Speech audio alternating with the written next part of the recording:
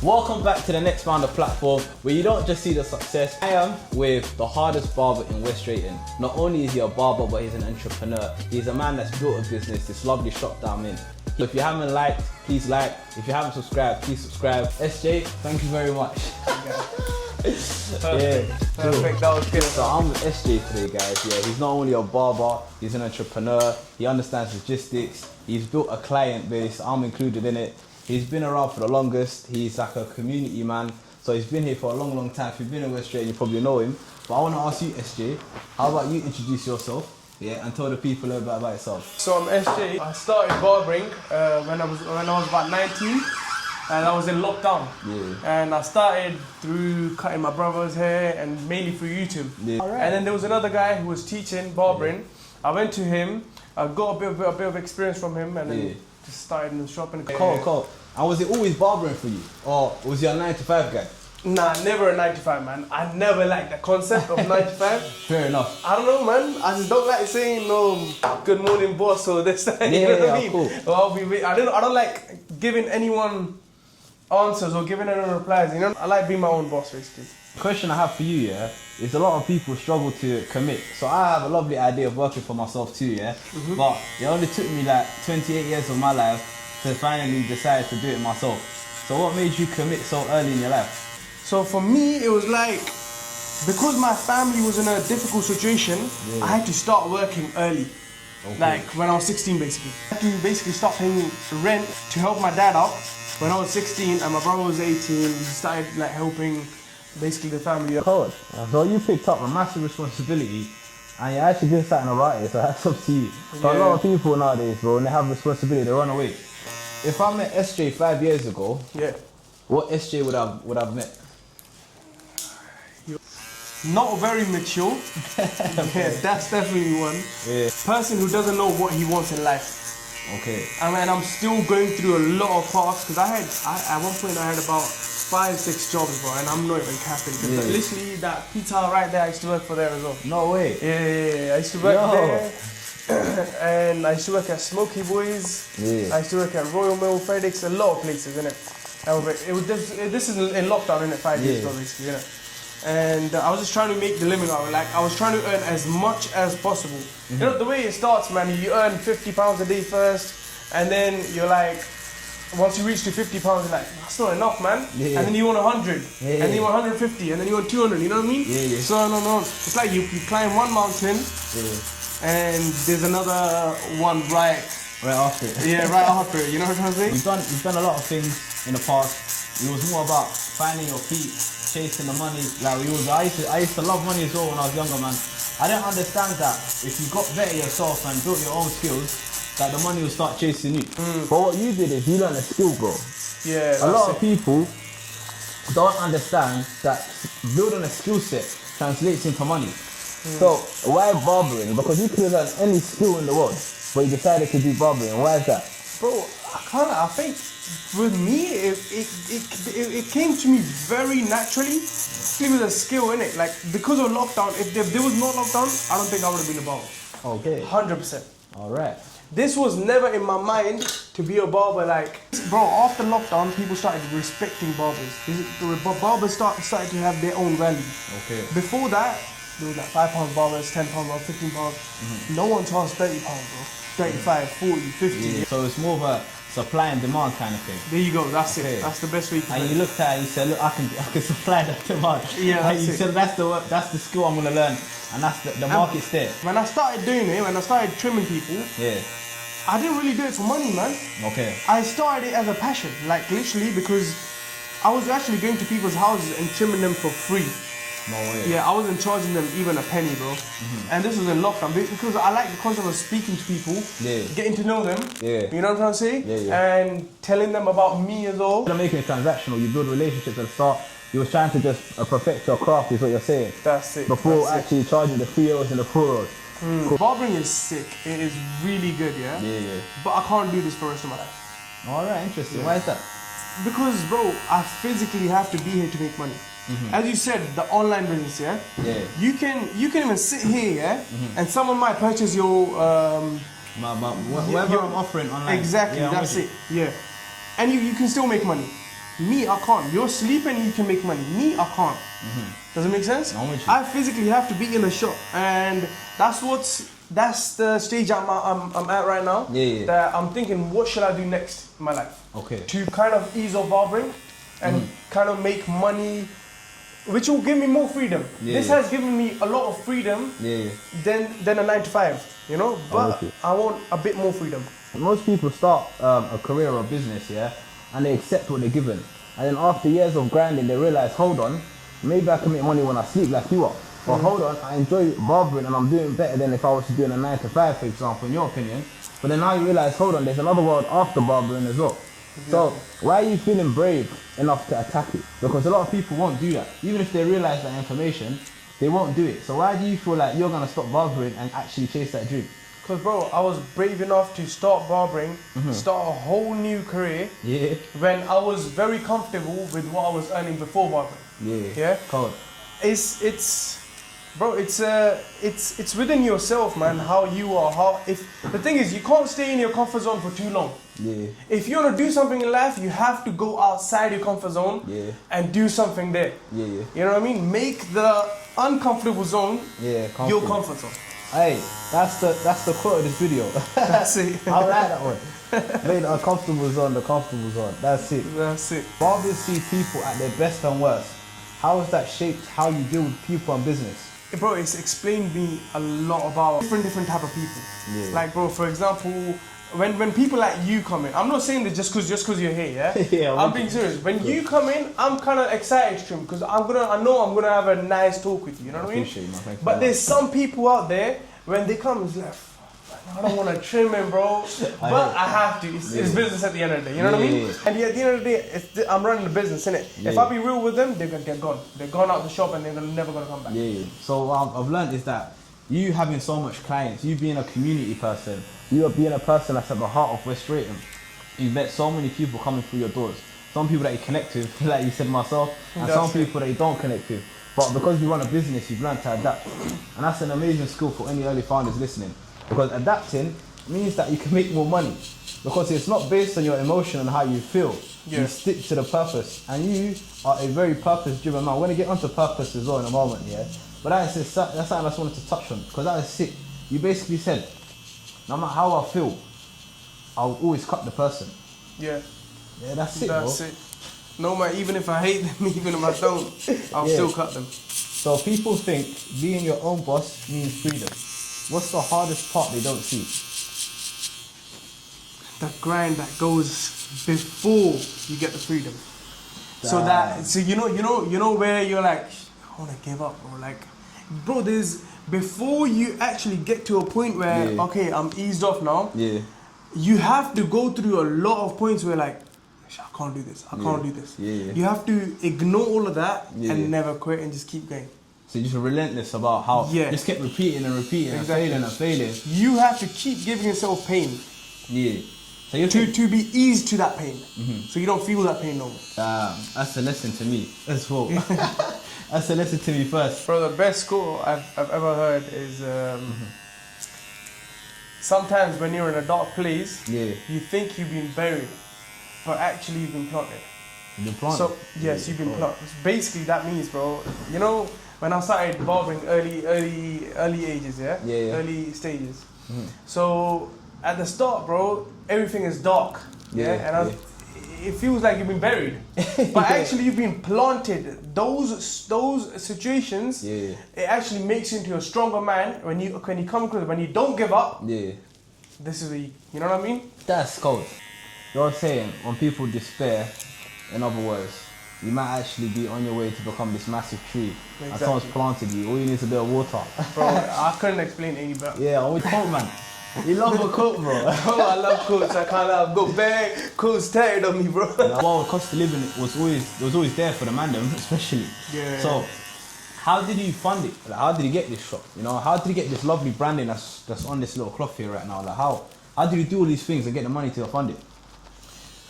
Bro, so when I started barbering, it wasn't working as well, of course. So for the first year, it was very quiet, very quiet. I would go home with £5 in my pocket, £10 in my pocket, and then I was like, no, I can't do this.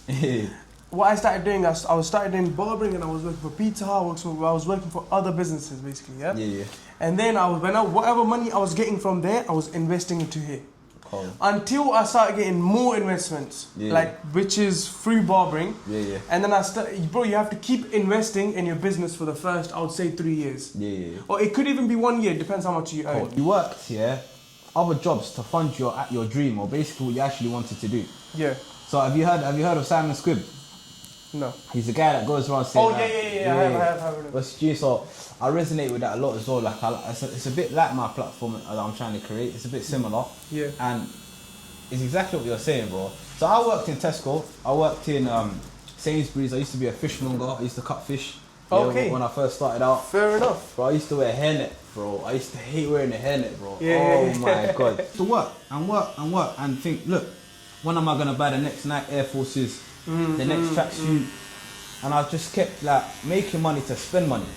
Bro, that I can't lie. Yeah. You know, the one thing that happened in my life that actually opened my eyes. You know. Yeah. Basically, one day I worked. I think it was about 18 hours, and I was 16 years old. Yeah. So I actually worked more than my age. Yeah. That's crazy. When bro, you put it. 18 hours. I remember I only got £70 for that 18 hours. Yeah. Straight away. When I finished that the job I had, I went in JD. Yeah. I got some shoes. I'm like, bro, I had to work 18 hours for these shoes. Yo. So you're saying, what is it? 18 hours. Yeah. 70 quid. Yeah. And you bought trainers. Yeah. You're sick. Everyone's done that. That's what I'm Everyone's saying. done that. And that opened my eyes. I'm like, what the heck, bro? Yeah. What's going on here? Something's not adding up. Exactly. Yeah. Something's not adding up. Yeah. So I was like, nah, I need to do something, man. The way you're thinking about life, is so sick. Because for me, it took me years and years into my adult life to understand that, yo, why am I buying Air Forces, or why are Air Forces or whatever trainers may be taking my whole bloody paycheck, bro? And why am I working so hard to fund these clothes? But then one day, I realized exactly what you said. Let me work Pizza Hut. Let me work these jobs to fund my dream. And once you realize that, you work harder. You cut more haircuts. Exactly. You go pick up overtime, because you realize that you're not making money to spend. You're making money so you can fund the vehicle that finally gets you financial freedom.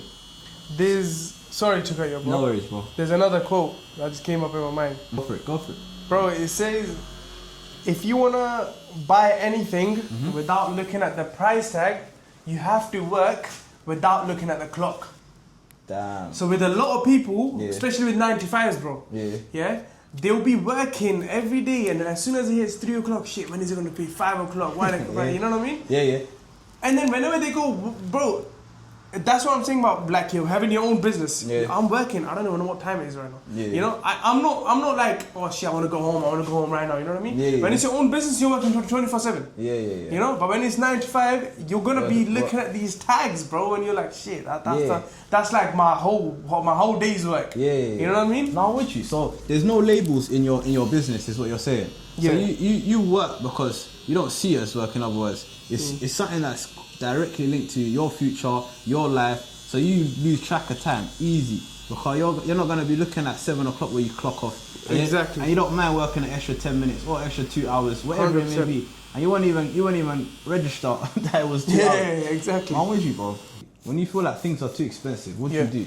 To be honest, bro, I can't lie, I'm the wrong person to ask the question. Reason being, bro, I don't do too much spending. People around when I was younger or around my age or even older than me don't know what goes in and out of their bank account. So once they don't know that, they can't save. And then even if you have a dream, bro, you won't be able to fund it. Does that make sense? How important do you think having a good attitude and good habits is to business? I think that comes on number one. Bro, your attitude and the way you act in general, bro. Yeah. That's the real wealth. Money's nothing.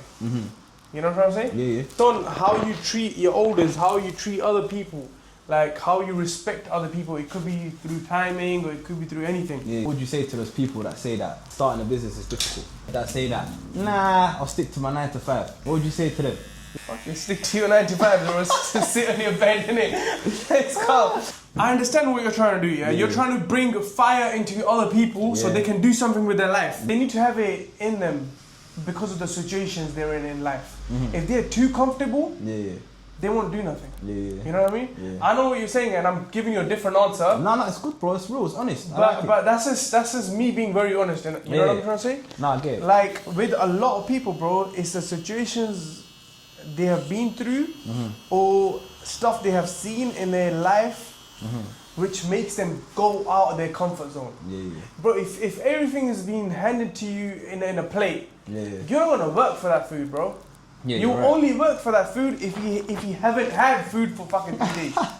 You understand what I'm have saying? that hunger inside Yeah, you. you don't gotta want have it. that hunger, man. Some people start business off the back of trauma, heartbreak, or family issues, or family demands and whatnot. I get that. For me, bro, it was like when I got married and I realized bills are a real thing. There you go, bro.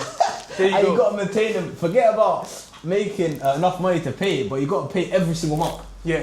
And once I realized that, so this 9 to 5, I can't do it. 'Cause it's not gonna keep up. 100%. Yeah, fam. That's what made me. So you're right, man. You gotta want it for more reasons than the money. You gotta be pissed off. And bro, you see when it comes to these monthly payments, Yeah. like the rent or mortgage or whatever it is, how I got ready is because of my dad. I started paying rent when I was 16. I only got ready because of that. I only got ready to pay that much money because I started paying when I was 16. If I had started paying rent at this age, bro, I would have felt a lot. And I don't think I would be where I am because of that. Okay, so you're saying the responsibility put on you from a young age, paying off that rent, allowed you to build those habits that meant that, I'm used to paying rent. It's part of life for me. But I get it, bro. For me, it was the opposite.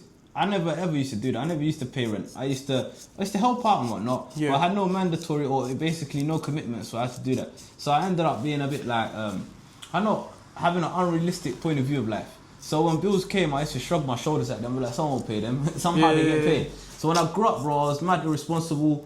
I didn't really, it took a while for me to understand, I need a level of like respect to the commitment, or even realizing commitment to rent and respect to rent in itself. So I get it, bro. After starting those things early in your life, like your pops instilled into you, it helps you in your adult life. What's the moment you felt, I've built something real? Or you still don't feel like that? I don't feel like that. Okay, fair. And bro, to get to that point, I feel like you need to make your parents retire.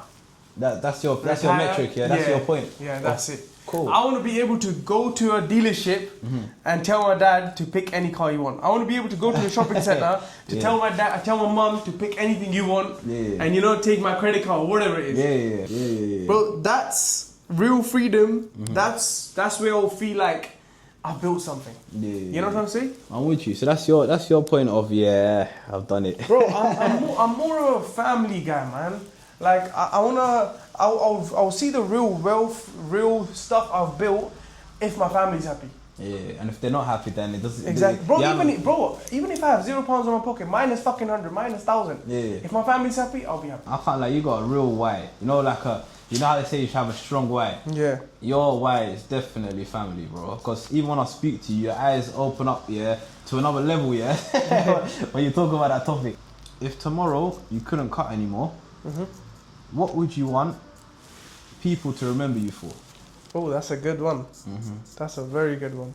Bro, I want people to remember me for how I valued them. How I valued their time. How I made them feel as a client, or how they made me feel. I don't know how to answer that. No, I'm with you, bro. So you're saying the experiences that you create for people. Because even me, bro, like when I walk into a shop, I might be having a bad day, or like I might come here and you've changed my mood. Do you know what I mean? And also for me, like you're helping me with my next founder platform, and it means the world to me, bro. So like I would always remember you for not only being a cold barber, but also like just being a really supportful and helpful guy. So if I don't know if that's what you mean, innit? I don't want to put words in your mouth. But is that what you want people to remember you? Things like that? Yeah. English is not my first language. The way you explain stuff, I can't do that. Bro, I can't do it as well, bro. What do you mean? Bro, with you, it's like, it's very natural. Nah. Bro, it's like, you know some of the words you use, the way you explain it, your brain works really good. I'm not even joking, bro. No, I appreciate it. Like, I'm not even saying it just to like gas you up or whatever, bro. I feel like you're a victim of what I'm a victim of, You need to stop, shrinking yourself, man. Like, I'll be honest with you, you don't do it naturally, Like, you gas yourself in every other way, but when it comes to this one here, when you said something about me being articulate or me talking like that, bro, I feel like how you feel all the time. So like when I'm going to like other rooms or when I'm in the other people, but you make me feel like how I make you feel right now. So when I was coming here, I was nervous about you. Does that make sense? Because you are the one that has the shop. You are the one that booked the clients. You are the one that is helping me.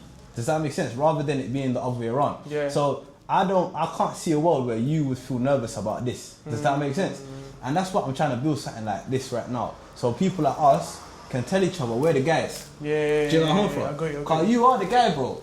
And the way you speak is you. If you spoke any other way, it would be the deadest interview, bro. 100%. Can't like anyone that's watching will clock straight away that there's some people that will like you. I realize there's so many people in this world. There's a group of people that like you for who you are all day, and there's a group of people that will dislike you for who you are. Oh, but I always think about the people that dislike me rather than the people that will like me. Do you get where I'm coming from? Yeah. Cause you, bro, you're coming across like a person that really loves what he does, innit? In my opinion, and you get your thoughts out as well in a very articulate manner, in my opinion. So stop that, man. That got me really mad. Nah, 100%, man. I swear. Nah, what you said, that's what I need to improve on, bro. Stop it, fam. You can never be perfect. You know what I mean? Bro, I hear it, man. There's always room for improvements. Of course. And there you go. You've told me exactly what I need to improve. No, 100%, bro. Firstly, do you have room for improvement? I have room for improvement first. Everyone has room for. And if you said you was perfect, you're a madman. I'll take that from you. Yeah, 100%, bro. But, bro, you are, when you compare yourself to the average Joe, yeah, bro, this has been an amazing interview, yeah. And also, bro, like we could do it again and again and again in the future. Oh, 100%. And what it is that we can track it and see how better we do. And you think, bro, the questions I'm asking it over the phone. There's people that can articulate it straight off their mind, you know. So for me, I'm very nervous, but I realize this is a quote I've heard recently, yeah. Make it exist, and then make it better later. You got where I'm from? Yeah. So you've done your first interview today with me. Anyway, tomorrow it can only get better. It exists now, right? I'm definitely gonna come back on this channel again, yeah. 100%. Go on, man. Thank you very much, SJ, for letting me come to your shop. Anytime, yeah, your new shop looks amazing. Yeah, and anyone that doesn't know SJ in West Drayton, you lost it, mate. You have to come down here, support the business, and just meet SJ. He's a lovely person, you know. Yeah, that's it. And there we have it, guys. Today I'm at Money. I'm with SJ, the barber. He has dropped some amazing gems. Thank you very much, bro, for letting me come down. Appreciate that, This man. wavy trim, yeah. Guys, let me know what you lot think about the trim as well. I know it's fire, so if you don't say it's fire, I'll block you. But thank you very much, guys, and I'll catch you on the next one. Over and out.